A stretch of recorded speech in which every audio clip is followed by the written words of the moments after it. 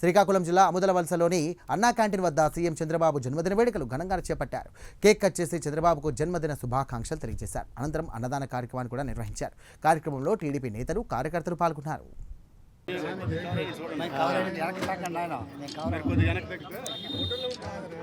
Cut అయిపోతాం madam.